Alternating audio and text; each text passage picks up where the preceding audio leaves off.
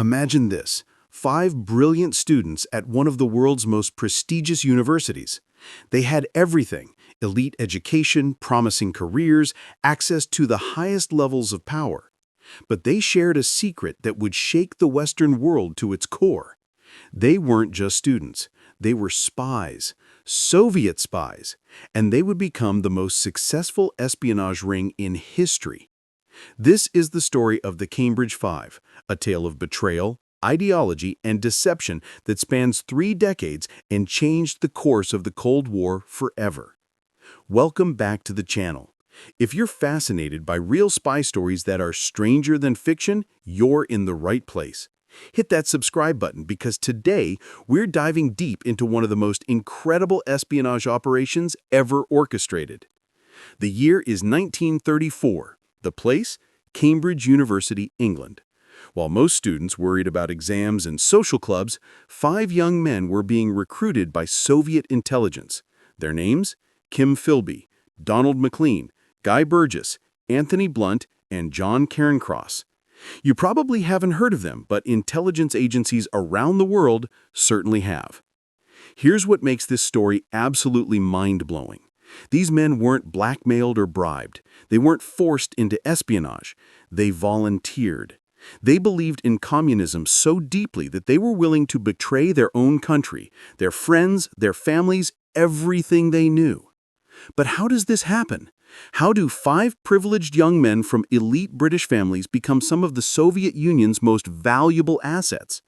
To understand that, we need to go back to the beginning, back to Cambridge in the 1930s, a time when the world was on the brink of chaos and ideas were more dangerous than any weapon. To understand why these men became traitors, you have to understand the world they lived in. The 1930s were a time of extreme political upheaval. The Great Depression had devastated economies worldwide. Unemployment was rampant. Fascism was rising in Germany and Italy. To many young intellectuals, capitalism seemed to be failing catastrophically. At Cambridge, radical politics weren't just accepted, they were fashionable. Students debated Marx and Lenin in elegant dining halls. They organized protests and joined socialist societies. The Cambridge University Socialist Society was one of the most active groups on campus. And this is where our story truly begins. Kim Philby arrived at Cambridge in 1929. Born into privilege, his father was a famous explorer and Arabist, Philby seemed destined for a conventional career in the British establishment. But at Cambridge, he was exposed to new ideas. He witnessed the poverty of the Depression. He saw the rise of Hitler, and he became convinced that Soviet communism was the answer. By 1933, Philby had been secretly recruited by Soviet intelligence through a talent spotter named Arnold Deutsch.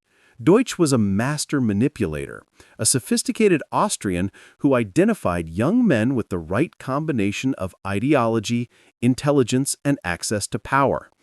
Philby wasn't just recruited, he was cultivated, groomed for a long-term mission. But Philby wasn't alone. Donald Maclean, the son of a liberal cabinet minister, joined around the same time. Maclean was brilliant, neurotic, and deeply conflicted, but his commitment to communism was absolute. Then came Guy Burgess, charismatic, alcoholic, openly homosexual at a time when it was illegal in Britain.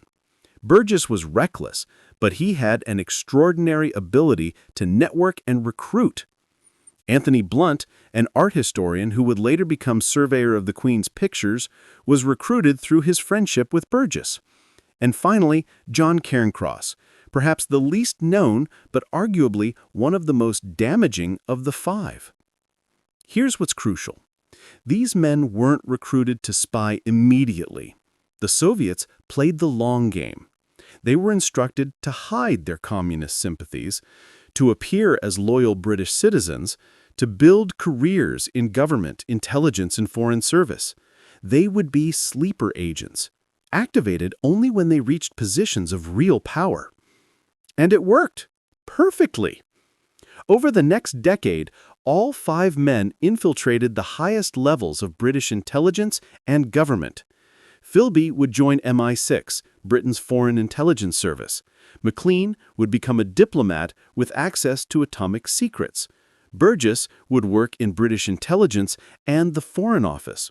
Blunt would join MI5, Britain's domestic intelligence agency, and Cairncross would work at the Government Code and Cipher School, later known as Bletchley Park.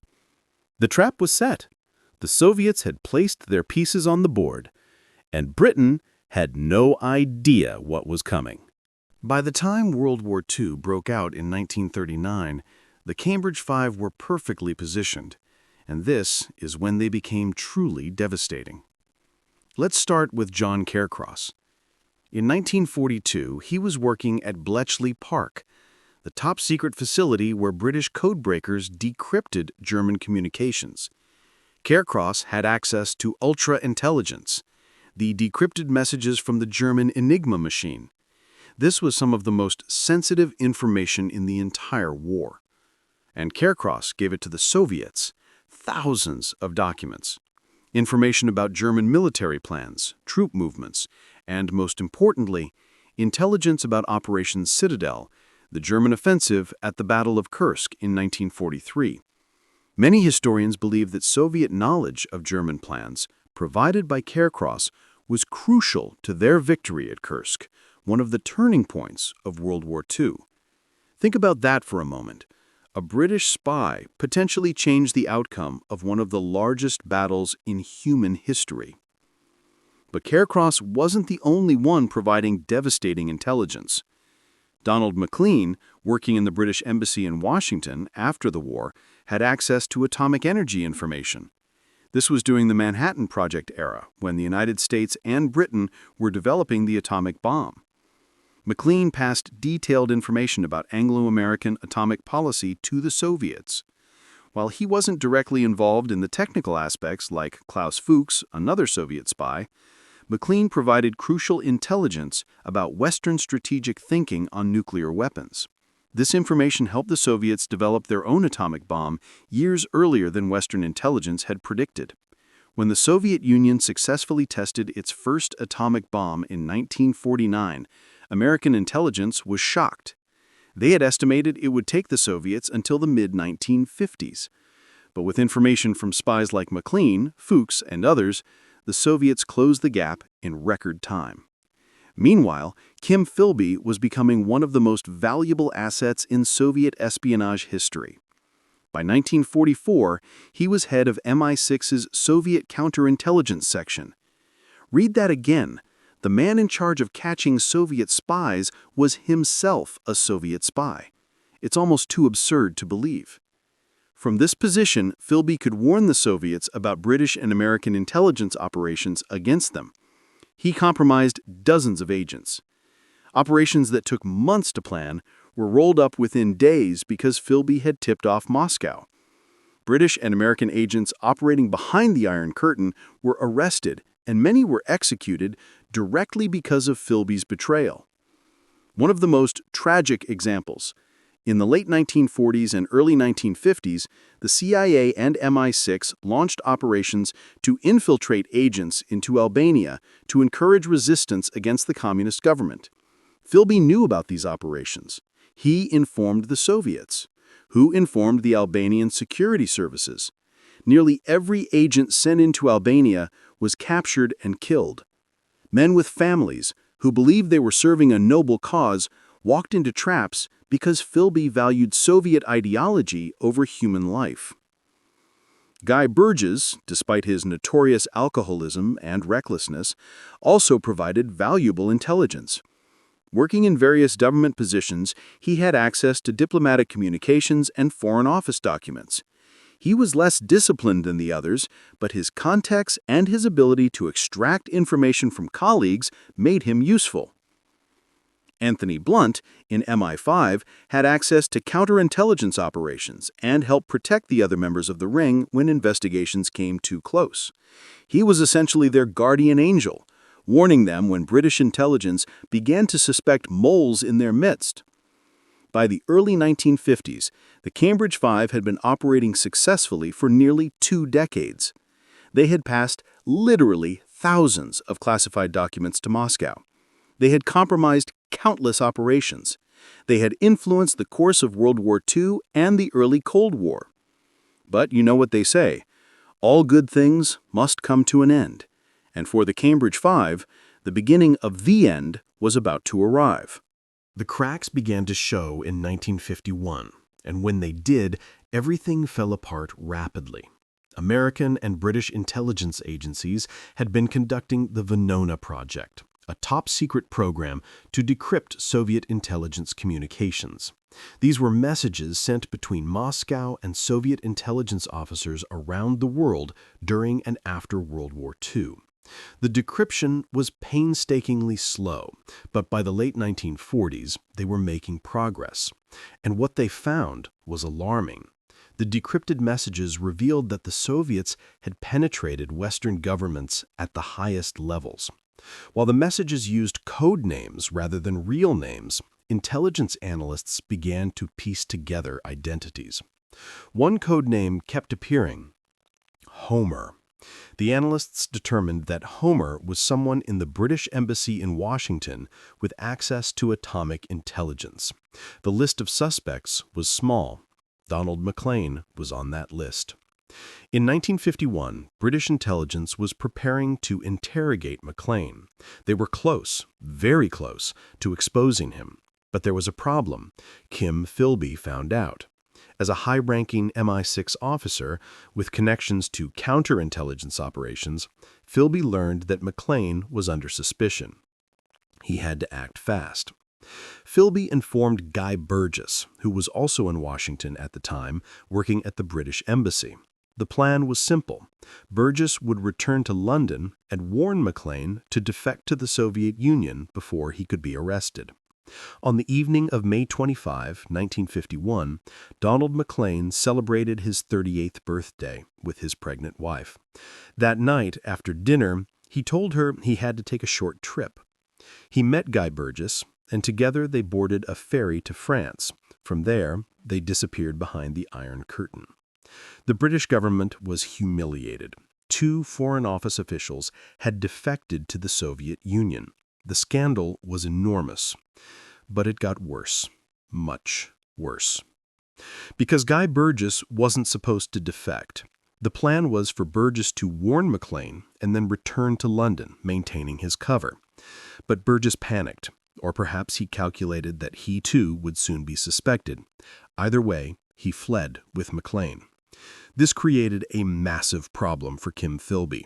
Philby and Burgess were known to be close friends. Now that Burgess had defected, suspicion immediately fell on Philby. How much did Philby know?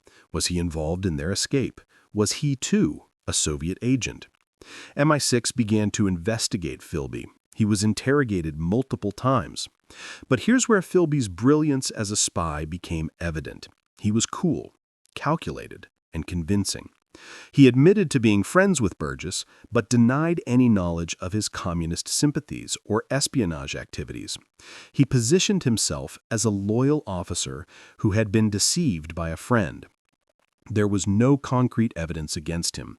The Venona decryptions couldn't be used in court without revealing the program's existence. And Philby had been careful over the years, never putting anything in writing, never being directly observed passing information. In 1951, Philby was forced to resign from MI6, but he wasn't arrested. British intelligence suspected him strongly, but couldn't prove anything. It was a frustrating stalemate. Meanwhile, back in Moscow, Maclean and Burgess were initially celebrated as heroes, but their defection had exposed the existence of high-level moles, making it harder for any remaining agents to operate. The Soviets were pleased with the intelligence they'd received over the years, but they also recognized that the game had changed. What British intelligence didn't yet know was that there were still moles operating within their organizations. Anthony Blunt was still in place. John Cairncross, though no longer in government service, had never been exposed. And Philby, despite being forced out of MI6, would incredibly find a way back into intelligence work. The unraveling had begun, but the full truth would take decades to emerge. And when it finally did, it would reveal a betrayal so extensive that it would shake the foundations of British intelligence and lead to a complete overhaul of security protocols. For 12 years after his forced resignation, Kim Philby lived in a kind of limbo. He worked as a journalist in Beirut, Lebanon, but many believe he continued to gather intelligence for the Soviets. MI6 and the CIA still suspected him, but they had no proof. Then, in 1961, a Soviet intelligence officer named Anatoly Golitsyn defected to the West. Golitsyn provided information that reignited the investigation into Philby. He confirmed what British intelligence had long suspected. There had been multiple high-level Soviet agents in British intelligence, and one of them was Kim Philby. In January 1963, one of Philby's former colleagues, Nicholas Elliott, confronted him in Beirut. Elliott offered Philby immunity in exchange for a full confession. Philby made a partial admission, confirming his role as a Soviet agent, but downplaying the damage he'd caused. But Philby knew the game was up. On January 23, 1963, he disappeared from Beirut. He had defected to the Soviet Union, joining Maclean and Burgess in Moscow. The British government was once again humiliated. Not only had Philby been a Soviet spy, but he had evaded capture and made it safely to Moscow. In 1964, Anthony Blunt was exposed. British intelligence had been investigating him for years, and finally they had enough evidence to confront him. Blunt was offered immunity from prosecution in exchange for a full confession. He accepted. Here's where the story becomes even more remarkable. Blunt's exposure was kept secret. The British government didn't want another public scandal. So Blunt, who had betrayed his country for decades, continued his life as a respected art historian, and even continued his role as surveyor of the Queen's pictures until 1972. It wasn't until 1979 that Blunt's treachery was publicly revealed by Prime Minister Margaret Thatcher in Parliament. The public was outraged. How could a Soviet spy have been protected by the government? How could he have maintained his position and honor for 15 years after confessing? John Cairncross was the last to be identified. He had left government service in the early 1950s and lived quietly abroad. He was never publicly exposed during his lifetime, though intelligence services knew of his role. He died in 1995. Never having faced the public reckoning that the others did. So what was the damage? How much harm did the Cambridge Five actually do? The answer is almost incalculable. They passed thousands upon thousands of documents to the Soviets over nearly 30 years.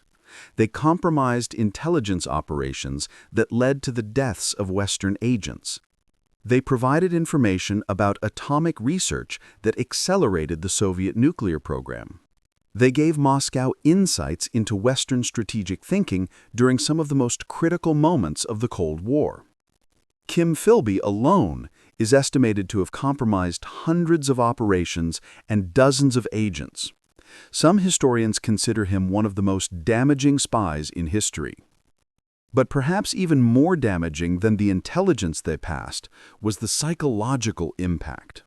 The Cambridge Five affair shattered trust within British intelligence services. It led to years of paranoid mole hunts that disrupted operations and destroyed careers. The CIA became deeply suspicious of their British counterparts. Relationships between Allied intelligence services were strained for decades. The affair also raised uncomfortable questions about class, privilege, and loyalty in British society. How could these men, educated at the finest institutions, born into privilege, accepted into the establishment, betray their country so completely? Were they idealists or traitors? Were they brave men standing up for their beliefs, Or were they narcissists who thought themselves above the laws that governed ordinary people? These questions are still debated today. Some see them as products of their time, young men who genuinely believed that Soviet communism represented hope for humanity and that the West was on the wrong side of history. Others see them as traitors, pure and simple, who caused immeasurable harm and got dozens of people killed for an ideology that would prove to be catastrophically wrong. In Moscow, the lives of the defectors weren't quite the hero's welcome they might have imagined. Guy Burgess descended deeper into alcoholism and died in 1963, bitter and disillusioned. Donald Maclean lived longer, but was reportedly depressed and conflicted about his choices. Kim Philby adapted best, learning Russian, remarrying, and working as an advisor to Soviet intelligence until his death in 1988. The Soviet Union awarded them medals and honored them publicly, but privately, Soviet intelligence had mixed feelings. The defections had exposed their networks. The publicity had made it harder to recruit new agents. And as the years went by and the realities of Soviet communism became harder to deny, even the defectors themselves had to question whether their sacrifices had been worth it. So, what can we learn from the Cambridge 5 affair? How is this decades-old spy story relevant today? First, it fundamentally changed how intelligence agencies operate. After the exposure of the Cambridge 5, British intelligence completely overhauled their vetting procedures. Background checks became more rigorous. Psychological evaluations became standard. Compartmentalization of information became stricter. Agents now only get access to the intelligence they absolutely need for their specific tasks. The Cambridge 5 also taught intelligence agencies that ideology can be just as powerful a motivator as money or blackmail. During the Cold War, intelligence agencies had assumed that agents were primarily motivated by financial gain or were coerced through blackmail. The Cambridge 5 proved that educated, privileged individuals could be motivated purely by belief in a cause. This lesson remains relevant today. Modern intelligence agencies now have to consider a wider range of motivations when assessing insider threats. Is someone vulnerable to radicalization? Are they disillusioned with their own government? Do they have strong ideological commitments that might conflict with their loyalty? The second major lesson, the long game, works. The Soviets didn't recruit the Cambridge 5 and immediately put them to work. They waited years, sometimes over a decade, for their agents to reach positions of real power. Modern intelligence agencies have learned from this. They now understand that the most dangerous agents aren't those looking for quick payoffs, but those playing the long game. Third, the Cambridge 5 affair showed the danger of assuming that privilege equals loyalty. British intelligence had assumed that men from elite backgrounds, educated at Cambridge and Oxford, born into the establishment, would naturally be loyal to Britain. This class-based trust created a massive blind spot. Today's intelligence agencies are more aware that threats can come from anywhere, regardless of background. But this lesson isn't always heeded. Even in recent years, there have been insider threats from unexpected sources. Edward Snowden was a contractor. Reality Winner was an Air Force veteran. Chelsea Manning was a soldier. Organizations still struggle with the tension between trust and security. The Cambridge 5 story is also a reminder of how ideology can blind people to reality. These men genuinely believed they were serving a greater good, even as evidence mounted that the Soviet system was brutal, repressive, and ultimately unsustainable. They dismissed Stalin's purges, the Ukrainian famine, the crushing of dissent, and the police state apparatus as either Western propaganda or necessary costs of building a better world. This ideological blindness is something we still see today across the political spectrum.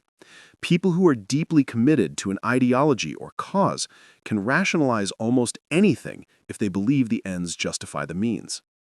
Finally, the Cambridge 5 affair reminds us that espionage is never just about stealing secrets. It's about trust, loyalty, betrayal, and the fundamental questions of what we owe to our countries, our beliefs, and our fellow human beings. Were the Cambridge 5 traitors or idealists? The answer probably depends on your own perspective, but what's undeniable is that they changed history. They affected the outcome of World War II, they accelerated the Soviet nuclear program, they influenced Cold War dynamics, and they exposed vulnerabilities in Western intelligence that led to fundamental changes in how democracies protect their secrets. Today, the threat landscape looks different. Modern espionage often involves cyber attacks rather than stolen documents. State actors use hackers instead of cultivated agents. But the human element remains. People still have access to sensitive information. People still have motivations, whether ideological, financial, or personal, that might lead them to betray that access. The Cambridge Five operated in an era of hidden microfilm and secret meetings in parks. Today's spies might use encrypted messaging and transfer data on thumb drives. The technology has changed, but the fundamental dynamics of espionage remain the same. Identify vulnerabilities, exploit trust, and obtain secrets. Intelligence agencies today study the Cambridge Five case as both a cautionary tale and a masterclass in long-term espionage operations. The story is taught at intelligence training facilities around the world, it's analyzed in academic papers and books, it continues to fascinate, because it contains all the elements of a great spy story: brilliant minds, ideological conviction, masterful deception, and ultimately betrayal on a historic scale. If you found the story as fascinating as I did, make sure you hit that like button and subscribe for more deep dives into history's most incredible true stories. Drop a comment below. Do you think the Cambridge Five were traitors or idealists? Is there ever a justification for betraying your country for an ideology you believe in? I'd love to hear your thoughts. Thanks for watching, and I'll see you in the next one.